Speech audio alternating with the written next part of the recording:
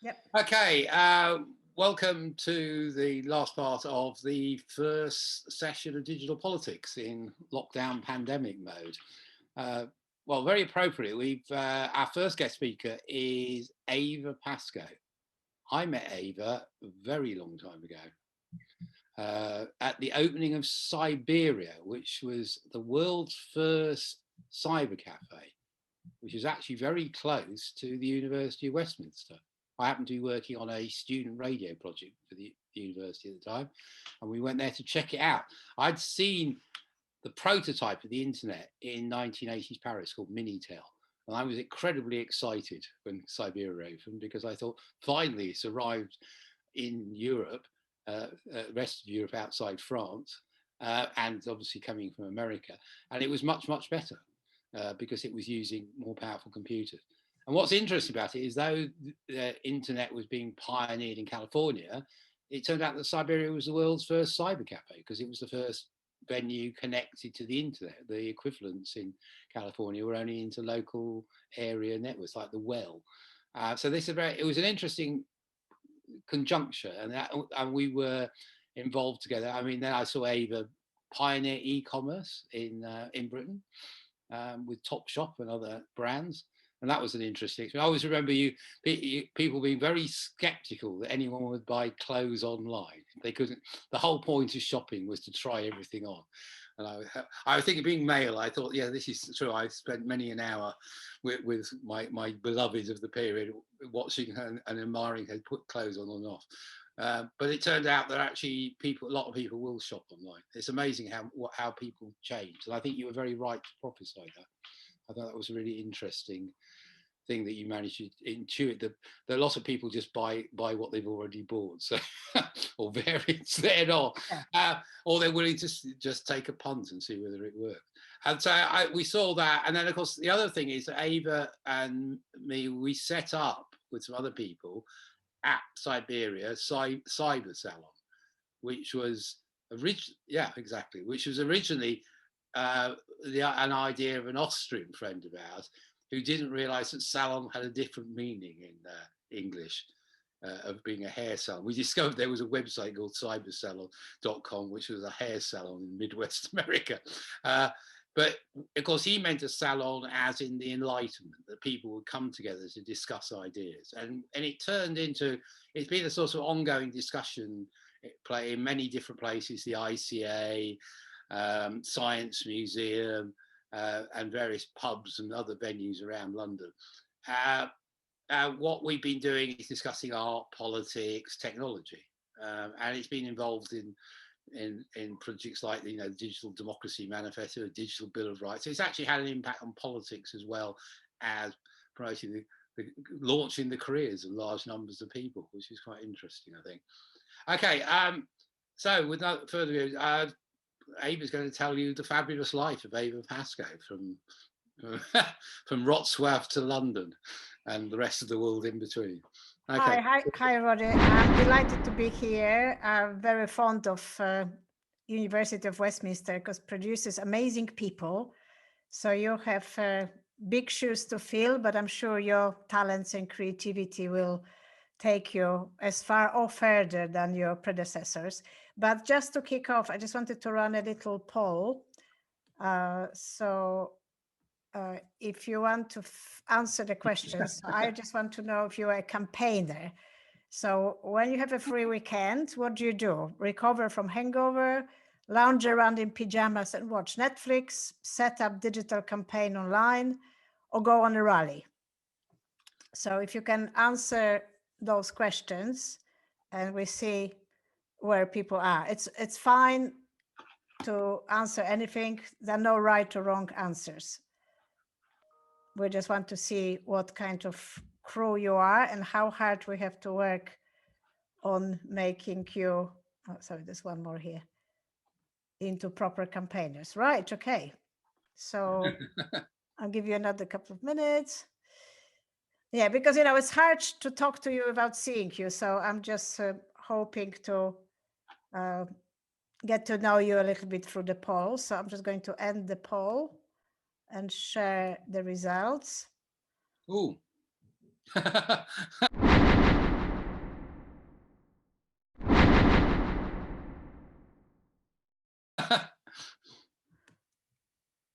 Right. So the pajamas are quite high on the list. So we have to work on making you into campaigners. But They're the workers in pajamas, we can see, can't we?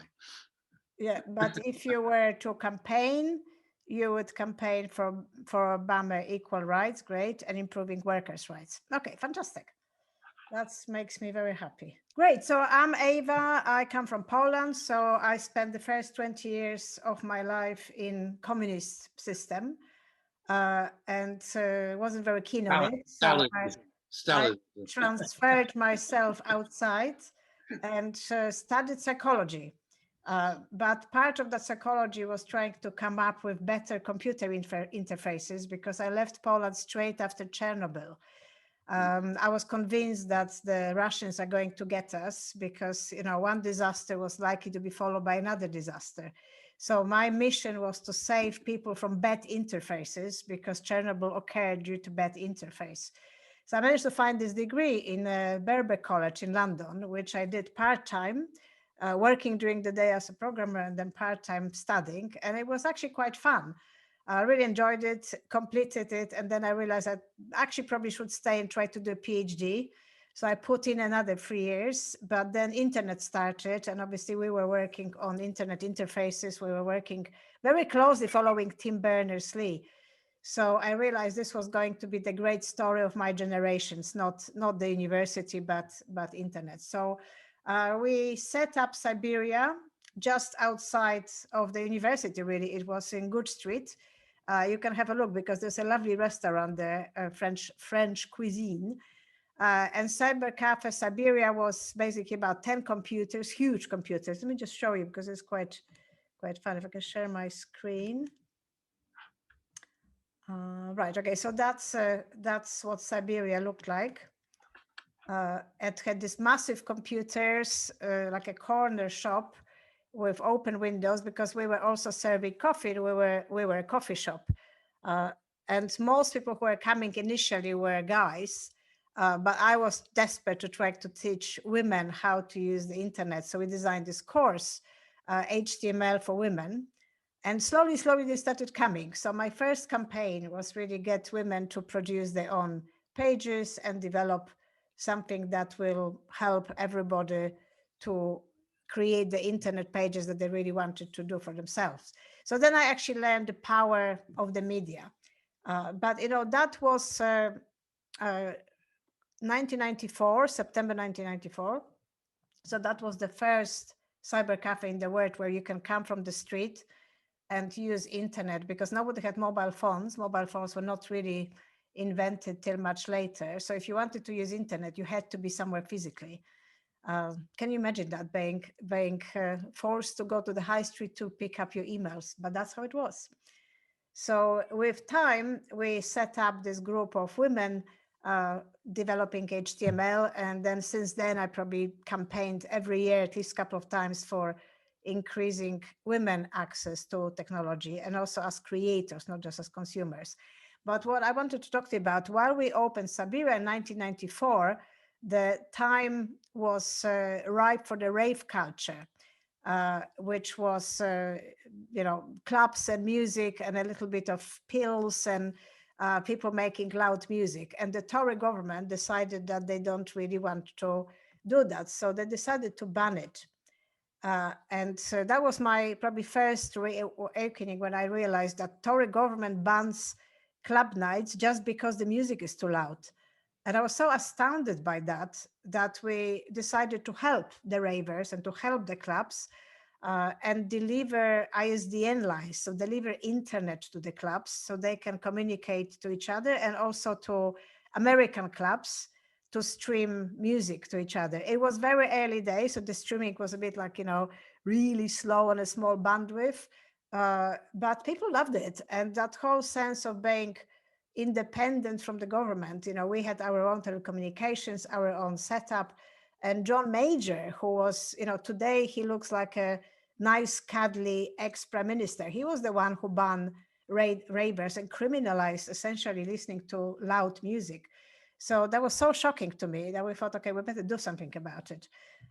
So let me just see if I have another little poll for you. Yeah, so I had to create a campaign, and it was difficult to create campaign at that time because we didn't really know any politicians. So if you were to create a campaign, what kind of campaign would you create? Would it be face-to-face? Would it be an email campaign, or a bit of clicktivism and arguing on Facebook? Would you go for your local MP, or nothing and go back to Netflix? So the winner is clicktivism, so arguing on Facebook.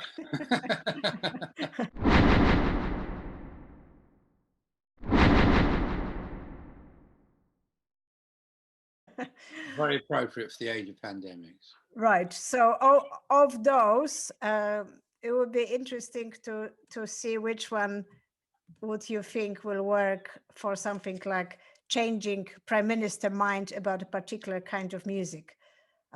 We have chosen to go electronic, but it was quite early days, and we didn't really have that many people online. So that was way before Facebook, and the campaign didn't really work. So actually, funny enough, that law is still in place. So raves are still criminalized. It's just the police chosen not to pursue people for it. So that was kind of my initial adventures. But then we moved on, just go back to that, and we started being properly political. So when you look at this picture, it's a very old picture from Berkeley, 1976. You can see behind the bits of paper on the wall. That's basically the original Cyberia Cafe connected to a bulletin board. So they were not connected to the internet, but they were connected to each other. There was a bunch of cafes at the university. You see they are looking at the computer, and they just combined the idea of having bits of posted paper on the wall about rallies and about protests, and put that on the bulletin board so they could access it to people from university. So Berkeley was probably the first place which actually really came up with the idea how to use digital space for proper campaigning. And I think since then, a lot of that work, the political activists have always drew on what Berkeley people. Technology arrived and we started using it properly. So there was this cover in Time magazine. So it basically says that you control the information age. Welcome to your world. And the idea was that the technology is neutral, and we interpret it by our actions. So since then, I seriously changed my mind because I realized technology is not neutral. It serves the power. It serves by aggregation the people who have power anyway. There are little pockets here and there when you can grab it and run with it, but they only last a moment. And we could see that in the last development in technology here. So there are pockets and you have to chase them, but it doesn't last very long. But as we were learning how to use it, we started developing campaigns, and I started working with campaigners. Behaving very well. Hold on, let me just get it back. I started campaigning with Richard on Digital Bill of Rights about 2015, because we realized that the big companies were just taking more and more data, gathering data without any permissions of people who are online, and using it in quite often political way. I don't particularly mind giving data to commercial companies because usually you get a discount, so it's fine. It's an exchange. But giving data that a political organization will use against you, that's a different story. So we launched a campaign which was kind of multi-channel campaign. So I wanted to talk about it because it was one of the better ones. We ran a number of conferences. That was South Bank, a big World Wide Web conference that Tim Berners-Lee runs every few years. And we put post-it notes on the flip charts behind. You can see there are flip charts. And we just ask people to give us views. How do they feel about their data being taken, reprocessed, sold, and given to political parties? And pretty much everybody said that they don't want to agree with that, but they don't know how to stop it. And then shortly after, I realized actually it got worse because the data is being given or sold to recruiters and employers. So when you finish your degree, and when you start pitching for work and when you start going to interviews, companies run a little check on you, and anything that you left on public status on the Facebook will come in the searches. And quite often, anything that you kept under friend status will still come out in the searches, because they have ways of getting into that, because Facebook sells data in a kind of indirect way. So it's something that coming to the marketplace, you have to be super, super careful about, and preferably use DuckDuckGo. Be super careful with your privacy settings, because first thing employers will do, they want to see who is that person, what do we know about them, where have they been, what kind of people they hang out with, and you get a dossier that thick on graduates who come. And you know, it's kind of within legal bounds, because GDPR unfortunately only arrived a couple of years ago, and any data gathered before is used very, very widely.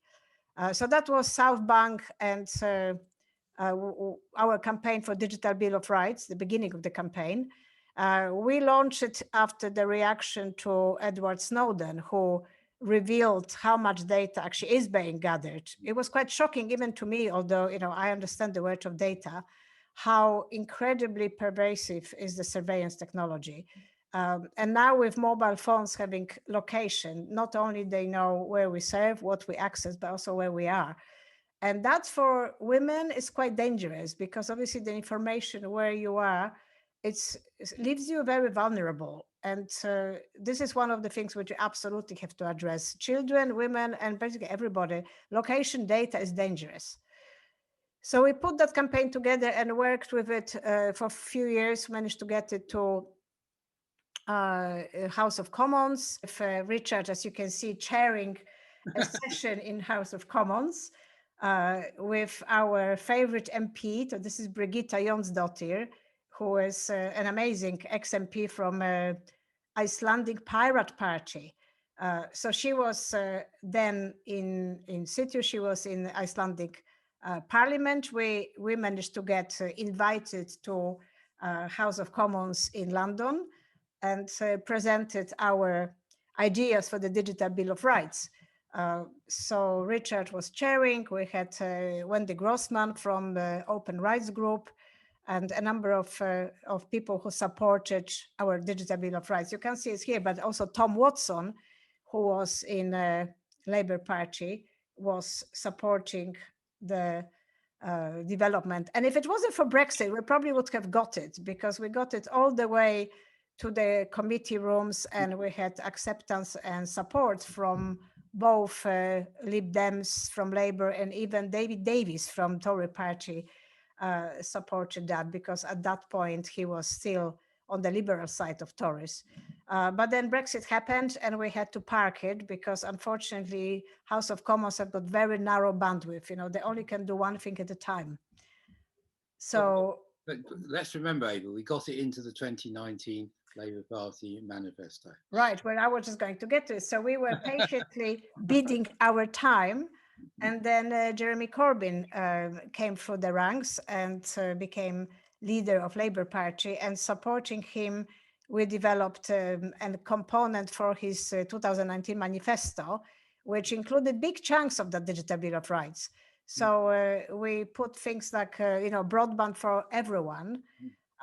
And at that time, that was criticized as too expensive. But, you know, by gosh, if we had that through for COVID, can you imagine millions of children having access to proper bandwidth and proper laptops? We wouldn't have the drama and the stress and the distress that we're having today. How many families can't school kids properly because they have to learn on mobile phones because they don't have bandwidth and the laptop?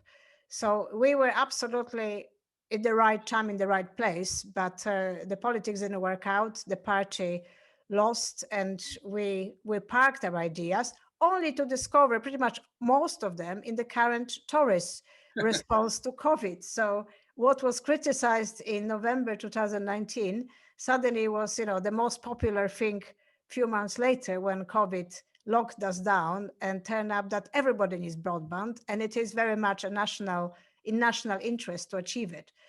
So the lesson from that, I think, is that if you believe something should happen, campaign for it, because sooner or later it needs to happen, and it will happen. But that campaign was quite complex because we obviously run it online. We have a website called cybersalon.org, which has a section on digital liberties and digital Bill of Rights. We have run conferences, we have run online surveys and consulting. We've lobbied MPs, we got ourselves physically to House of Commons. So I think digital collectivism and arguing on Facebook gets you absolutely nowhere.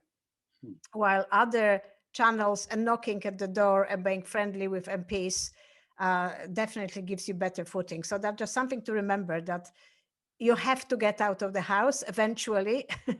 And political campaigning really needs physical bodies. That is the truth. Okay, so just let me stop that for a second. And I think I've got one more poll that I wanted to show you. Right, so I wanted to ask you about your soundtrack to your campaigns, because campaigns need soundtrack. You know, there's no campaign without music. So what would be your favorite campaign song? So I've got 4 favorite of mine. It'll be interesting to see what you say. So What's Going On by Marvin Gaye from Motown, Blowing in the Wind by Bob Dylan, Fight the Power by Public Enemy, and Sunday Bloody Sunday by U2. And sound. So you need to choose for your campaign something that has got good, inspiring audio and build around that, because people like ideas, but people like music more. Okay, let me just take the picture and we will share results.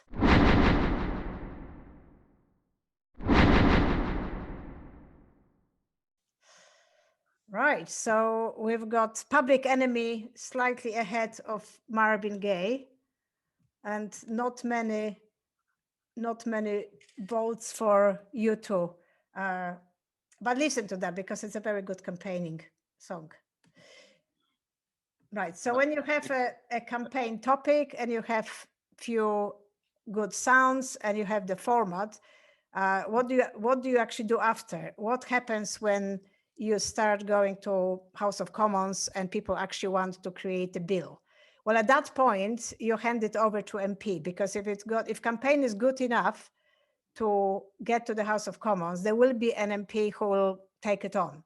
And I had one very successful campaign, which resulted in a refund of 600 million to small businesses on business tax. So the business tax in UK is horrendously expensive. It's absolutely prohibitive. And we fought a very high profile campaign to help the high street and rescue the high street, particularly for the independents and smaller boutiques, individual restaurants who have to pay so much money. It's completely out of proportion to their turnover. It doesn't happen in Europe. It seems to be a UK specific hobby to kill small businesses. So we fought very hard campaign with Bill Grimsey, very much with MPs. So we worked with Brendan Lewis, who then became chair of Tories and forgotten all about it. Priti Patel, who oddly enough was quite knowledgeable about the high street, coming from trading family, and she was quite supportive of it. And ultimately, Cameron supported it. And we managed to get 600 million back. So that was very much a campaign based online, generating votes and generating support from the retailers who are affected, taking that to the MP who would sponsor it, and then getting it through to the government. It took about 2 years, and it wasn't as big as we wanted. We wanted $1 billion refund, but I take 600 million. We probably saved hundreds and hundreds of businesses from going bankrupt. So that was very, very exciting, and it's something that I still work on. Because although I pioneered e-commerce in UK, I was the first e-commerce director for Topshop and wrote the first code with my bare hands, pretty much, getting people to shop online. But I obviously think that you cannot have either or. You need a community, you need physical community on the high street. It may not be stores, it might be bakeries and cannabis cafes, or whatever people want to see, but you do need people visible in the community. Otherwise we can just as well die, and just be virtual avatars. So here and there, I'm very supporting of high street and have a number of campaigns running. And probably the last one, how much time have we got, Richard? we've got another half an hour. Okay, great. And the campaign that I wanted to talk was slightly different base. We got involved in diversity quite early on because oddly enough, when we were doing Cyber Cafe and Cyber Salon, the scene, the digital scene was actually quite diverse. We had friends from digital diaspora, from Hyperjam, from very mixed community, because people were coming to the internet with interest from absolutely every part of society, and they were absolutely very welcome. And we thought, right, great, done. It will stay that way. But it didn't stay that way, because very quickly the Californian ideology pushed in, and tech bros took over. And even women who at the beginning were probably 50-50 of programmers. I come from Poland. We have more women programmers than we had men programmers, because that was, why wouldn't you? It's a quiet job that you can do from home. It was almost like teaching. It was quite feminized.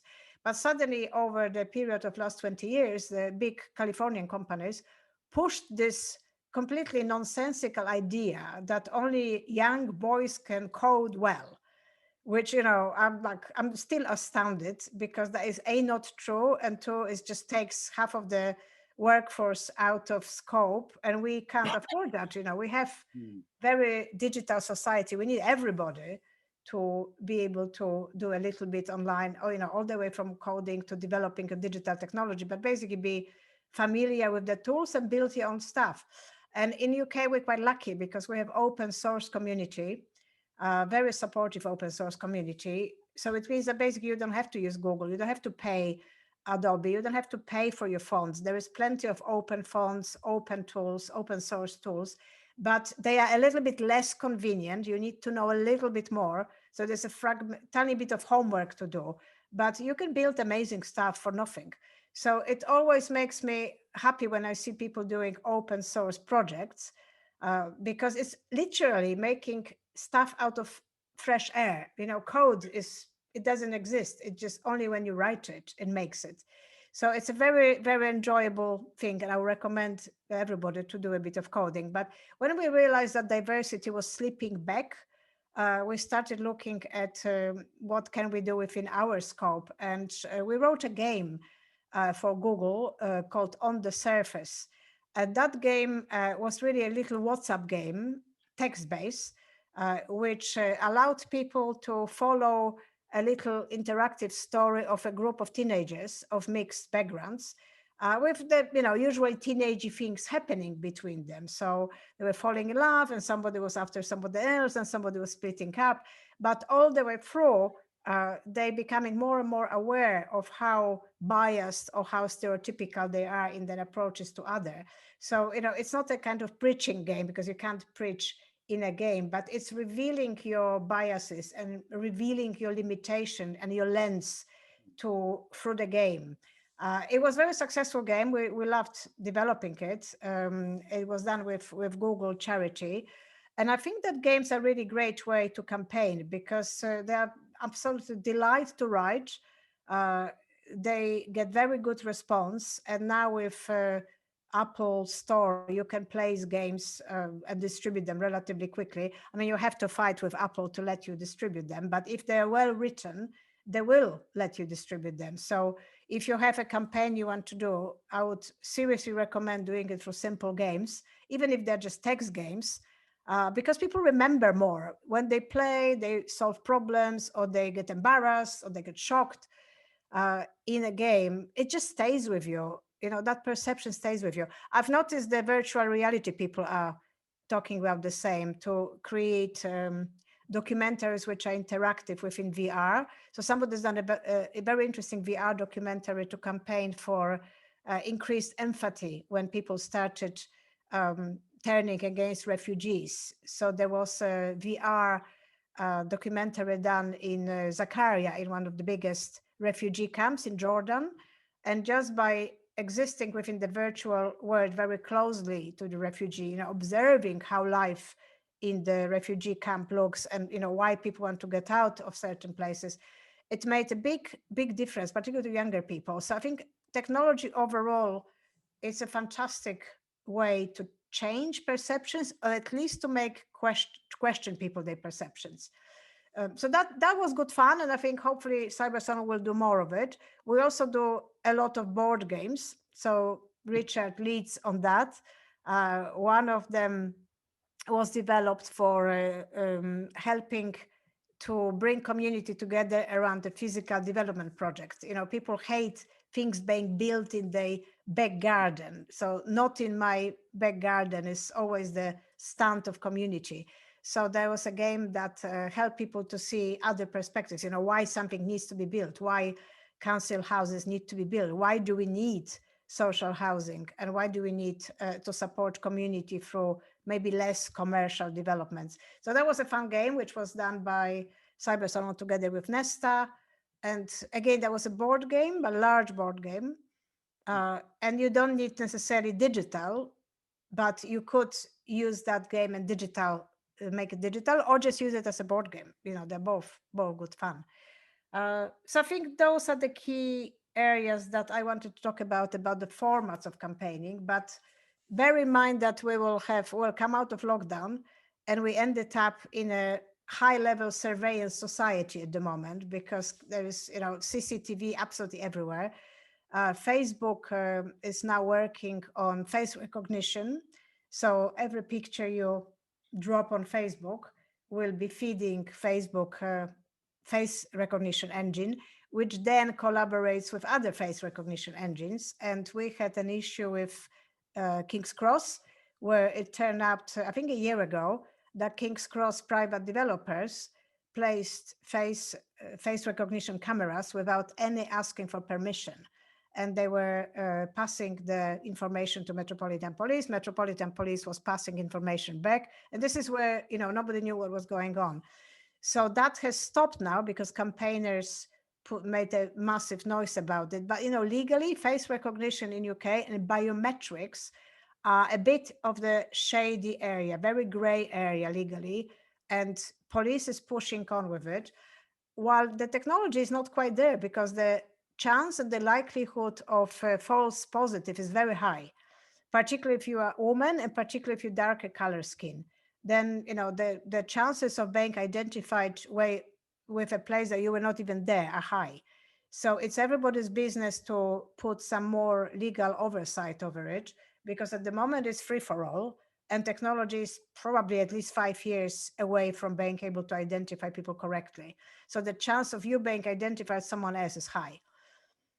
Okay, so I think that's, at this point, I've finished, and just let me just run a little poll just to finish it off. I saw in China they're now using facial recognition, so you don't need a tube pass. Right, so just from the shape of your...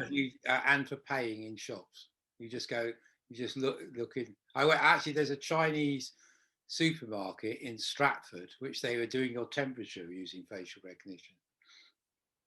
Yes, well, technology is cheap. You know, anything that you can do on the cloud is cheap, and the engine that analyzes the faces is in the cloud. So you don't need expensive cameras. These cameras are just screens, and they push all the data back to the cloud. So anybody can do it. But you realize if you start to have very large amounts of computing and very large amounts of data, that what we thought was a long way away turns out to be much closer. That's what... It's amazing how quick this, whatever the so-called fourth industrial revolution, is progressing. I mean, given having gone to a seminar like 3 years ago where people said it was 10 years away, you suddenly realise it's actually in daily use. Yes, so I think that's a very good point, because the challenge for us as urban folk, you know, most of us live in the cities, is this balance between accepting that we need to give in a little bit for collective good, like now, you know, we give in a bit of our information for the collective good to fight COVID. But on the other hand, making sure that the sharing of data is monitored, because otherwise individually we suffer. But it's a balance that hasn't been discussed properly. You know, people haven't really been asked. The way the West projects onto China. I mean, obviously they are using it in quite repressive ways in certain places, but they project onto China what they're actually doing here. So they have this sort of outrage about surveillance in China, but they're actually doing the same thing. And so, you know, like geolocation, you get lost in a foreign city and you can find your way. Yes, but I think there is a turning point coming up, because at the moment that it's such a cheap technology, surveillance can be done by anybody. You know, you don't have to be a big dictator with big weapons. You know, virtually a small dictator or your local gangsters can do this. So I just wanted to see, what are your plans for the weekend? So shop and watch Netflix, or sleep and watch Netflix, find and research a political campaign, find out what my local MP is campaigning for, because I quite often have interesting campaigns, and sign up to Friends campaign to show the moral support.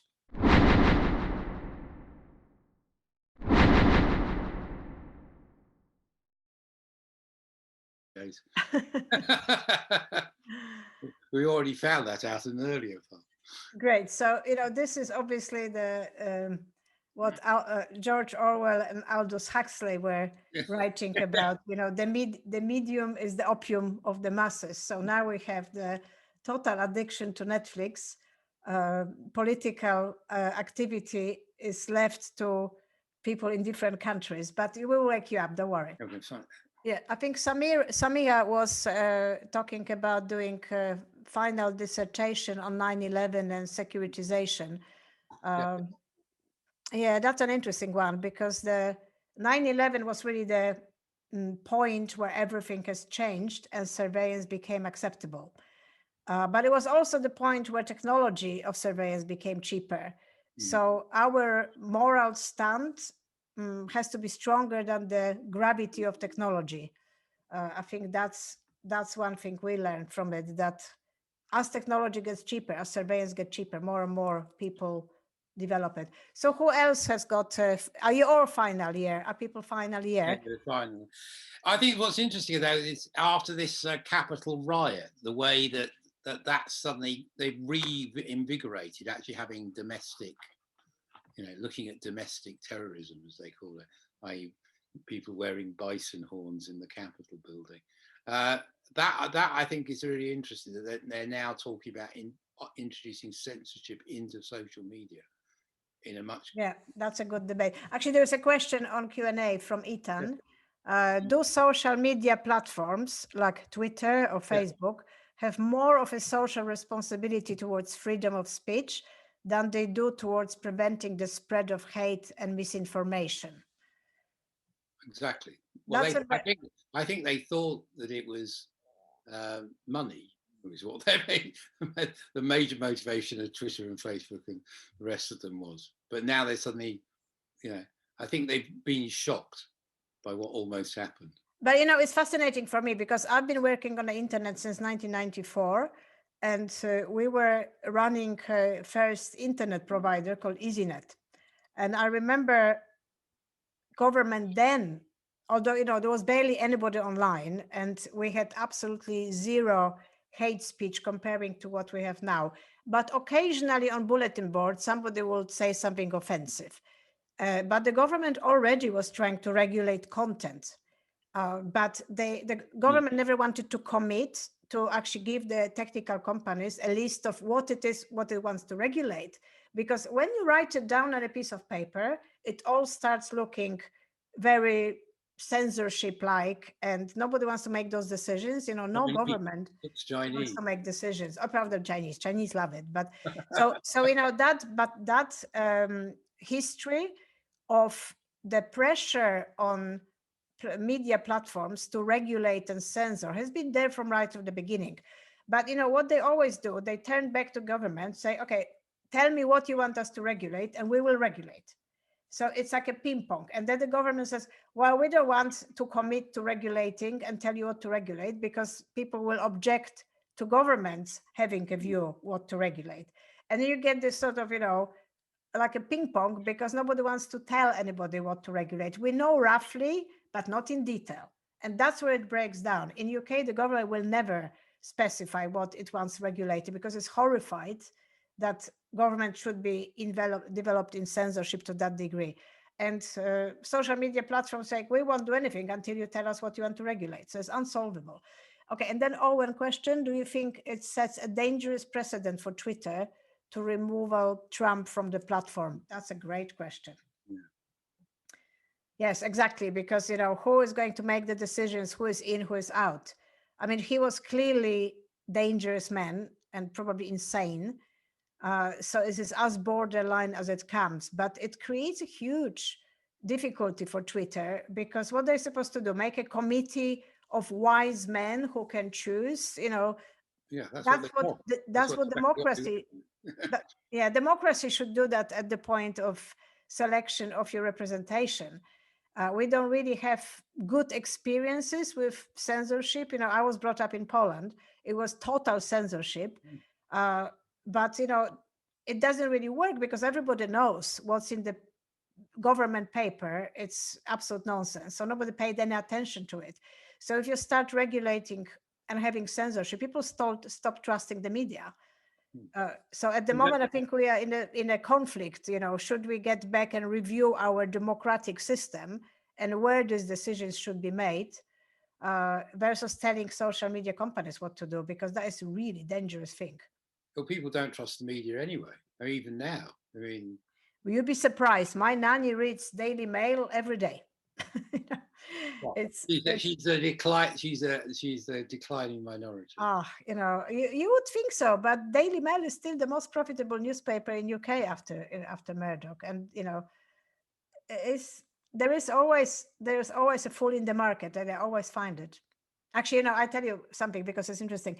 When I ran Top joint venture, and guess what? It was a joint venture with the company that owns Daily Mail. Yeah. So not once and not twice I sat around the editorial board, because I ran the Daily Mail version online.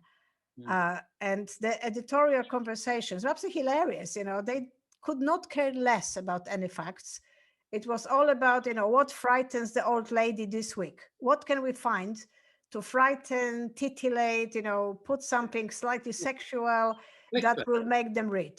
And that's exactly what they've done for the last 20 years. And that's exactly what they do for the next 20 years. They just understand the really dark part. Since the late 19th century. Right. So, and there's not going to go away. I was so happy when people voted in Liverpool not to stock the Sun newspaper in the shops. And I believe in most places you can't buy Sun in Liverpool. That is the kind of campaign that we will have to run. Well, they said one of the reasons why the Leave vote was so small in Liverpool is no one reads the Sun. Right. Yes, because it was driven by very visceral, very sort of atavistic imagery of completely illusionary risk that never existed. But people are not rational. They respond to images, and Farage got it completely 100%. One big image on a big poster did more damage than anything else. So when you campaign, you got to be very, very aware of it, that the competition and the enemy will punch way below acceptable standards, but they know image like that works, and there is no point denying it. We are 10 minutes. There's more questions. Can people ask a few more questions? So also, if anyone's interested in doing a practical project with Cyber Salon, might be time to jump in. Oh yes, we have a couple of campaigns going at the moment. One is for digital democracy. So this is looking at new tools. We're looking at police in Taiwan that was used in Taiwan to support very conflictual debate about Uber. I've put the link on the chat to Cyber Salon, so they can look it up. Oh yeah, great. And you can email me directly. I'm ava@never.com. So I will put it in if you're interested. You should have got the invite from your email address. Oh yeah, of course. Yeah. So you've got me. Yeah. If you're interested in doing a practical project, we'll be doing. I think the next thing we're going to do is on artificial intelligence, isn't it? Yes. So artificial intelligence, as we discovered, is not really intelligence. Or artificial. It's just a bunch of stats thrown together and fed from big sources like Wikipedia or location data, but it's not really intelligence. It's just pattern checking. But it is progressing fast, and it is progressing fast, particularly in the area of facial recognition. as well as voice processing and facial recognition and AI, unfortunately, like that. So we're looking at setting up a panel for urban monitoring and urban controls over facial recognition. I don't believe we can go back. I don't believe we have to ban technology, because we never go back. Technology just goes forward. It's got this, I'm not a techno-determinist, but I am in a way, because I've never seen people saying, oh, well, that tech is not good for you, we not use it. We have made progress with certain technologies like nuclear, where we managed to get slightly better way of oversight, but only slightly. But most technologies just go bigger and better and faster and cheaper. So really the answer has to be in regulation. It's always a step behind, but it's better to be a step behind than nowhere. So there is definitely, don't feel discouraged that, tech changes fast. Yes, it does, but law follows after, and eventually we reclaim the lost ground. So it's reclaiming the dignity and reclaiming the privacy, reclaiming human rights from technology, but not for stopping technology. We just can't do that. And it would be unwise to even try. Right, we've got the Also, it's interesting the way the sort of in the 20 odd years how it's gone from being seen as hackers creating the future to corporations, and corporations are much less popular than hackers. Yeah. So there's a question from one of the few profitable corporations left in America. So I think probably lots of people don't like them, if only for that. Yeah. So there's a question from Ethan. Could it be that technology will not just naturally plateau? Unfortunately, technology doesn't plateau, because it's a very it's powered by efficiency. And if you can make something cheaper, if you can automate something, there is always capital to do that. I spent last 20 years in e-commerce, and my day job is to automate tasks out of existence, and I always do, because that means something is cheaper. You can pass on the savings back to the customer, things less expensive. So the natural gravity of technology is very strong, because you always get funding for making things automated or making them cheaper, making them more software rather than humans. And at the moment, when you look at it, we are quite lucky, because you only need to look up to Cambridge. The guys who design chips, they will tell you exactly when we will be in 2 years' time, because they're designing chips for devices that are planned now, but they will be delivered in 2 years' time. Maybe it's fraction slowed, and there's a bit of a talk that Moore's law is slowing, but it's not true. There is too much money in chips for them to slow. And if you have faster chips, lo and behold, there is new technology that will use it. So like I've seen a really nice company doing Improbable that can generate cities. So gaming people don't have to rebuild and re-render every environment. And, a few years ago, you had to pay a fortune, hundreds of thousands, to people to make these cities. But now you don't. You go to Improbable and they will generate it, because that's what everybody else wants from them.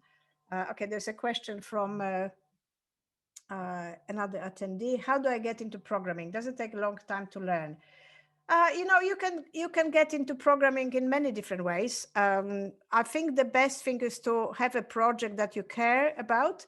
So start from HTML, build a website, even if it's just using Wix, and then slowly improving it. So start small and just building little things. And starting your own website, connecting it to MailChimp, making your own little campaigning tool, whatever campaign you want to do. If you're animal rights person or Obama campaigner, do a website and start developing that, adding widgets, adding little things. My daughter is 20 and she just built her whole new subscription-based website for DJ Collective.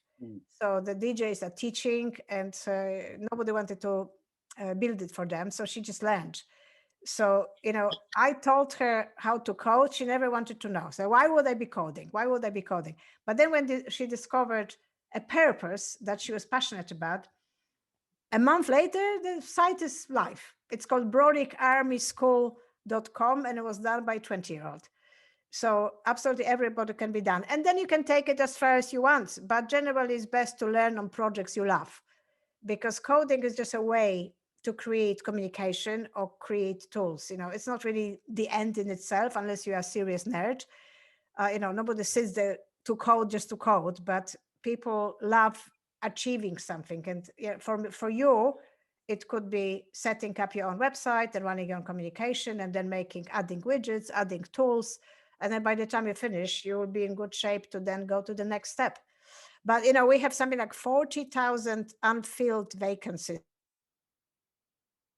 And I'm not talking about high level. That's how big is the need. And now when we're working from home, even higher. Even higher. So look at us. We are in our 50s, but I have been busier than ever, because the tech is such a huge demand for technology, and it's just more and more every year. Like, there's not enough hour in the day for us to do what needs to be done. Okay, well, we're getting to 5 o'clock. Eva, thank you very much. That was a wonderful presentation. Thank you very much. Delighted to be here. Really lovely to meet you. And hopefully we can meet in the pub soon. And in the meantime, look up cybersalon.org and email me if you want